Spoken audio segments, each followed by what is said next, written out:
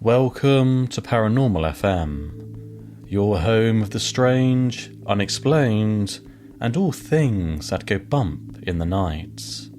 These are three of the most disturbing, but true, Victorian stories. It's 1861, in London, Victorian England. A 19-year-old Matilda Scheurer is alone in her room. She'll be dead before the end of the year. She has no way of knowing it, but there's a killer in her walls, and they're hiding in plain sight.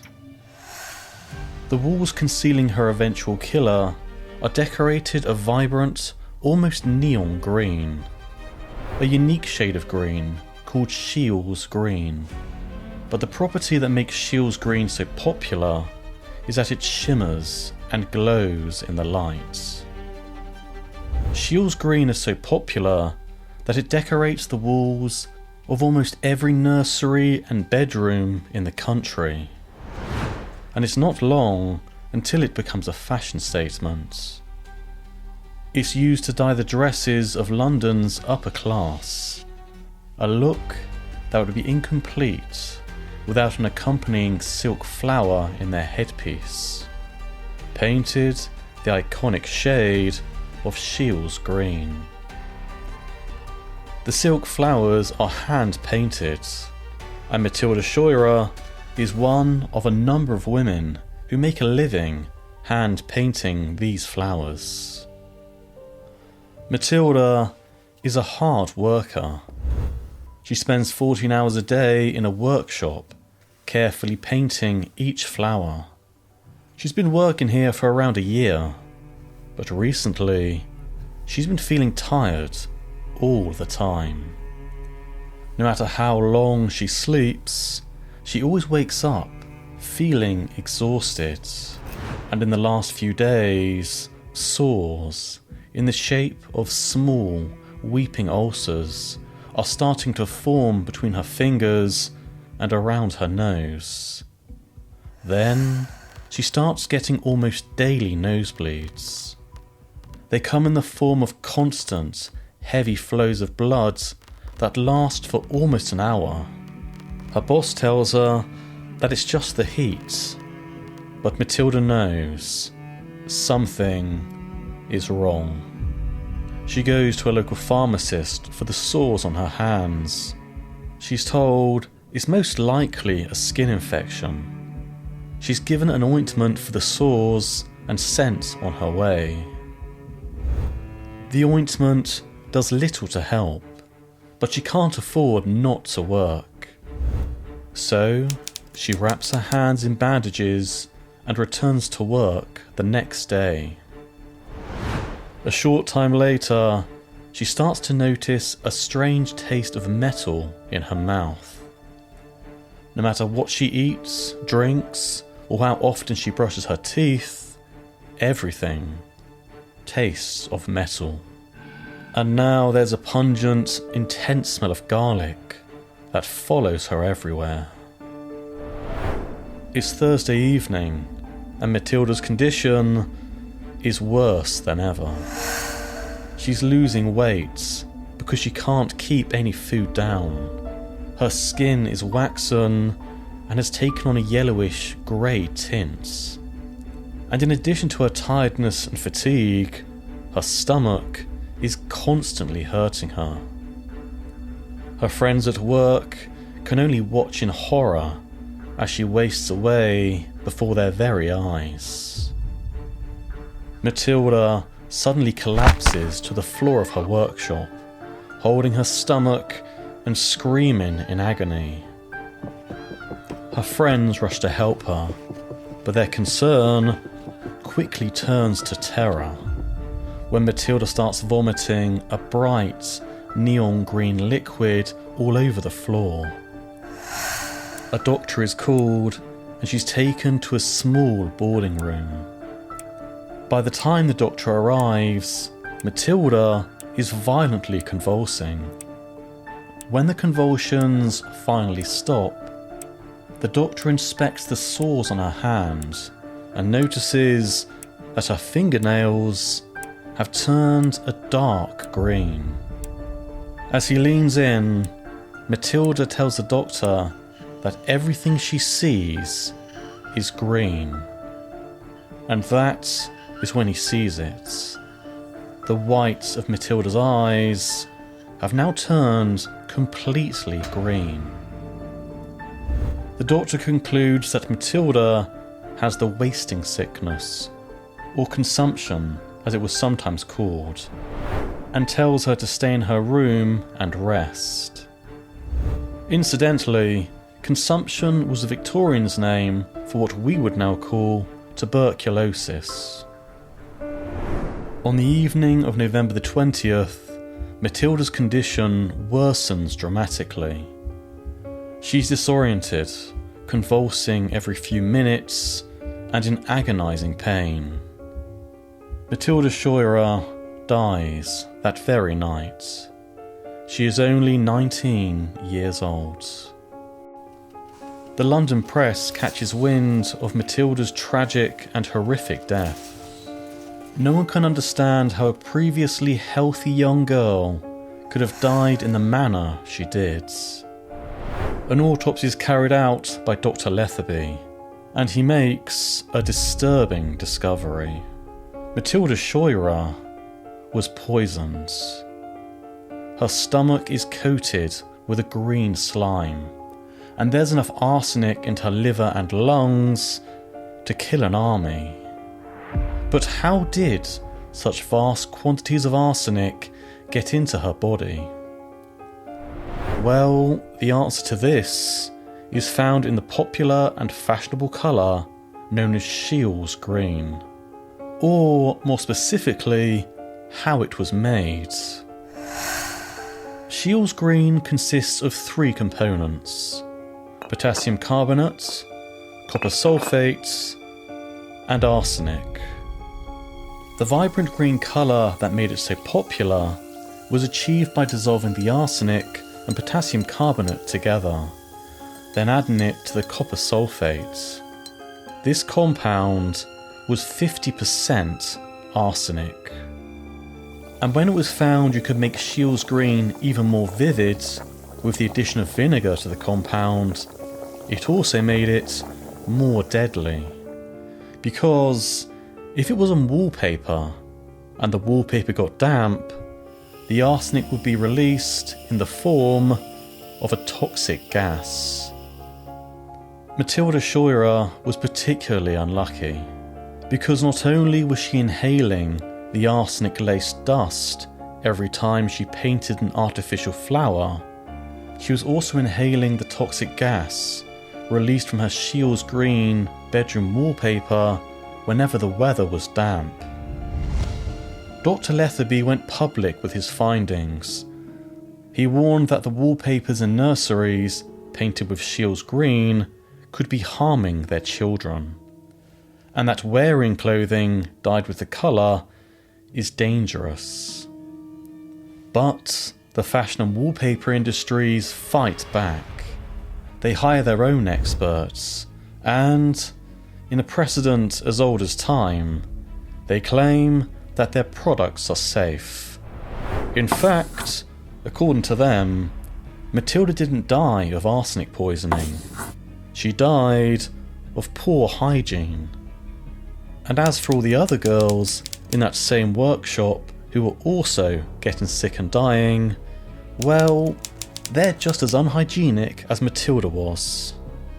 They start a smear campaign, calling Dr. Letherby a fraud, while maintaining that arsenic is natural and therefore perfectly safe, as long as you don't eat it. This narration becomes harder to maintain when, just as Dr. Letherby predicted, the children of the wealthy, who slept in nurseries decorated with the green wallpaper, begin dying, and socialites wearing ball gowns dyed with Scheele's green developed weeping sores on their shoulders. Nonetheless, people continue to decorate their homes with Scheele's green wallpaper. In fact, It's only when Queen Victoria ordered every inch of it to be removed from Buckingham Palace and burned that the public finally took the threat seriously. After this, Scheele's Green more or less vanished overnight. But the colour hasn't gone completely. As recently as 2019, researchers in England and America started a campaign called the Poison Book Project to identify and bring awareness to the danger of owning books from the Victorian era that have a suspiciously vivid green colour. It's a freezing Sunday evening on the 13th of January 1884 in Llandrosant, South Wales. The locals are leaving their local chapel after their evening mass when they notice something strange. The air is thick with the acrid smell of paraffin, metal and burnt meats. They look in the direction of the smell, and atop a nearby hilltop a fire is raging. The villagers race up the hill, but as they approach the summit, they hear the sound of chanting in the distance. As they get nearer, the chanting gets louder, and when they reach the top, they see something that makes them all stop dead in their tracks. The fire is contained within a 10-gallon paraffin cask, and knelt before the fire, chanting a Druid funeral rites, is 83-year-old William Price. He's dressed in a white tunic and holding a wooden staff. But by now, it's clear that the sickly, acrid smell of burnt meat is coming from the barrel. One of the villagers, disgusted at this ungodly ritual, rushes forward and kicks the burning cask over. Burning oil spills across the grass, followed by the charred remains of a baby boy. The villagers scream in horror and revulsion, then surround William Price. They're only seconds away from tearing him apart when the local police arrive to arrest him. But when William Price is arrested, he's not arrested for murder. He's arrested for a crime that the law doesn't even have a name for. To understand why William Price was on that hill, we need to go back 5 months to the 7th of August 1883.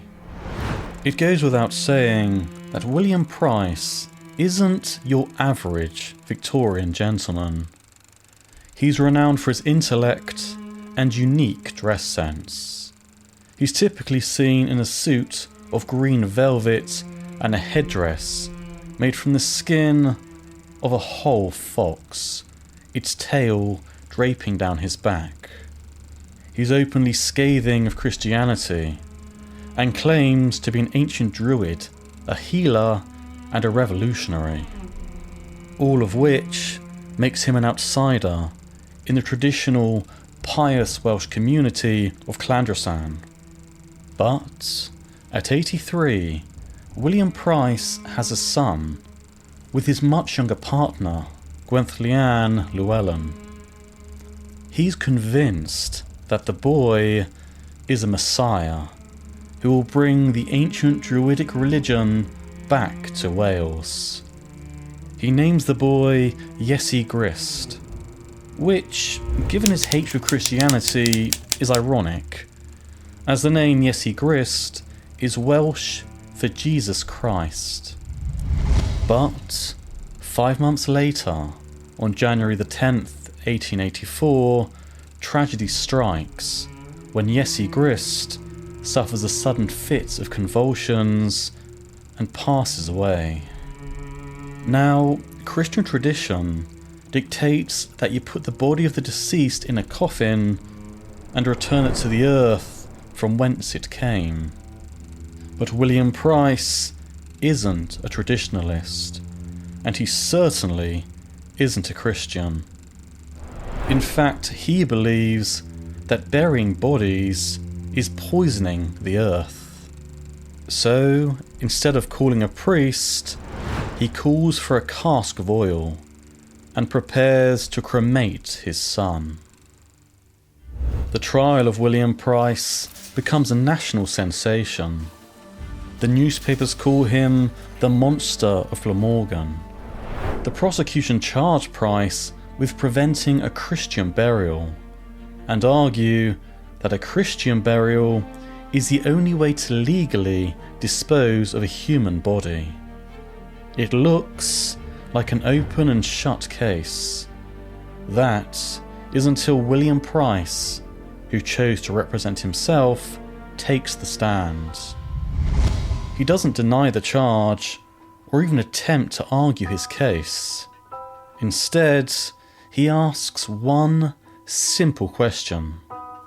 A question which would change the course of British history. He asks the judge to show him where, in the thousands of pages of English common law, it says that burning a dead body is illegal. The room falls silent. For centuries, everyone in Britain just assumed cremation was illegal because nobody ever did it. But because no one ever did it, it was never outlawed. The judge is forced to make a ruling that shocks the empire. He declares that while William Price's actions were repugnant, they were not actually a crime. And William Price is a free man. When William Price returns to Llandryssan, he completes the cremation of his son in private.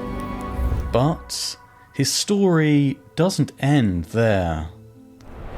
At 83 years old, he knows his time is coming and spends the next decade selling tickets to his own cremation. He tells the world that when he dies, he will be cremated on a fire so large that it can be seen from the Bristol Channel, nearly 10 miles away. And on the 23rd of January 1893, William Price passes away at the ripe old age of 92. His last words are, "Bring me the champagne." He drinks a glass, then, with a smile, lies back and dies. Only William Price would toast his own death with champagne. His funeral is one of the most attended public spectacles in Welsh history, with over 20,000 people in attendance. Special trains are run from Cardiff, and vendors sell Dr. Price Memorial memorabilia. Price's body is placed on a massive funeral pyre, consisting of 2 tons of coal and wood. And as the sun sets, the pyre is lit. The fire is so intense that the heat can be felt a mile away. The people don't scream in horror like they did a decade earlier. Instead, they cheer him into the afterlife. Today, Dr. William Price stands in bronze in the centre of Llandryssan. He's celebrated as a pioneer of public health and individual liberty. He single-handedly changed an entire nation's views on funerals and cremation. And in 1902, less than a decade later, the Cremation Act was passed, which formally regulated and legitimised the act of cremating the dead in Britain. But there is one final, lingering detail that William Price chose not to share with the 20,000 spectators that attended his cremation.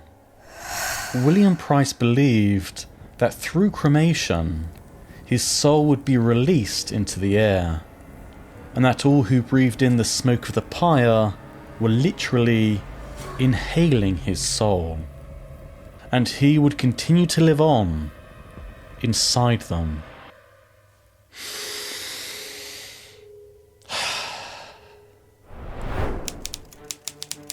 It's a quiet Friday afternoon on October the 30th, 1903, and Mary Halliday is preparing lunch for her 6 children in their home in Niagara Falls, New York. She's reaching for a pot of water boiling on the stove when she suddenly freezes. A look of fear and confusion spreads across her face, and then she drops to the floor in convulsions. Her children rush into the kitchen and find their mother in the middle of what looks like a violent seizure. Her face is turning blue, and her hands are desperately clawing at the air. The terrified children rush to the neighbours for help, and her husband John rushes back from work and a doctor is called. But by the time he arrives, it's already too late. Mary Halliday is dead. The doctor who examines Mary is baffled as to how a healthy 42-year-old woman could just drop dead. There are no marks, no blood, no sign she was poisoned. The doctor concludes that she most likely died of a sudden stroke or brain hemorrhage. But the coroner isn't convinced. At 42, Mary was far too young to have died of a brain hemorrhage or stroke, and she didn't exhibit any of the typical warning signs in the days leading up to her death. So he orders an autopsy to get to the bottom of the mystery. It's during the autopsy that they find something that was missed by the doctor. A small mark on Mary's left side. It's around the shape and size of a mosquito bite. But when they open up her chest cavity to investigate, they find something horrifying. In the months prior to her death, Mary has been suffering from what doctors diagnosed as rheumatism. Unfortunately for Mary, rheumatism is a broad diagnosis for any sort of chronic pain, and the treatment for it tends to be a combination of ointments, opiate painkillers, and bed rest. And while this occasionally offers some short-term relief, it does nothing to cure her condition. The first time Mary notices something's wrong is one day, while cleaning the house, she feels a gentle snap, followed by a sharp pinch against her ribs. She removes her corset and winces as her hand runs over a tender area on her ribcage, but she thinks nothing of it and continues with her day. But as the months pass, the pain becomes more severe and spreads to different parts of her chest. The flare-ups of her rheumatism occur more frequently, and in the last few weeks of her life, she's constantly in and out of bed due to the pain she's in. This continues until she finally collapses and dies on the floor of her kitchen. The autopsy takes place a short time later, but rather than finding evidence for blood clots or bleed on the brain, they find something else. Something unnatural. The sac surrounding Mary Halliday's heart is filled with blood, and there's something hard protruding from its walls. 2 things, to be exact. 2 pieces of steel, around 4 inches long, with sharpened tips, have somehow become lodged deep in her heart. The seizure Mary suffered wasn't a neurological event. It was those 2 pieces of steel piercing her heart. She didn't stand a chance. But now, the question is, how did 2 pieces of metal, totaling over 8 inches in length, get there in the first place? The answer can be traced back to that day Mary was cleaning the house and felt a snap and a pinch against her ribs. At the time this happened, Mary was wearing a corset, and although to most modern observers, wearing a corset while tidying the house is the stuff of nightmares, the bra, as we understand it today, hadn't been invented. So the corset was the most functional garment for supporting a woman's chest. It also provided back support for women working long hours of manual or domestic labour. Mary's corset was reinforced with long, thin strips of steel called stays. The snap Mary heard was the sound of the stays in her corset snapping. But what she didn't realise was that 2 pieces of metal had pierced the skin and were now lodged inside her. Every time Mary breathed, every time she moved, it pushed the steel deeper into her chest. The pain she felt towards the end of her life wasn't rheumatism. It was the 2 pieces of steel travelling slowly towards her heart and eventually killing her. From the moment Mary hears that snap, she's already dead. That's all from Paranormal FM. Thank you for spending your evening with me. If you enjoyed this episode, don't forget to like, hype and subscribe to help others find the channel. And be sure to join me next time.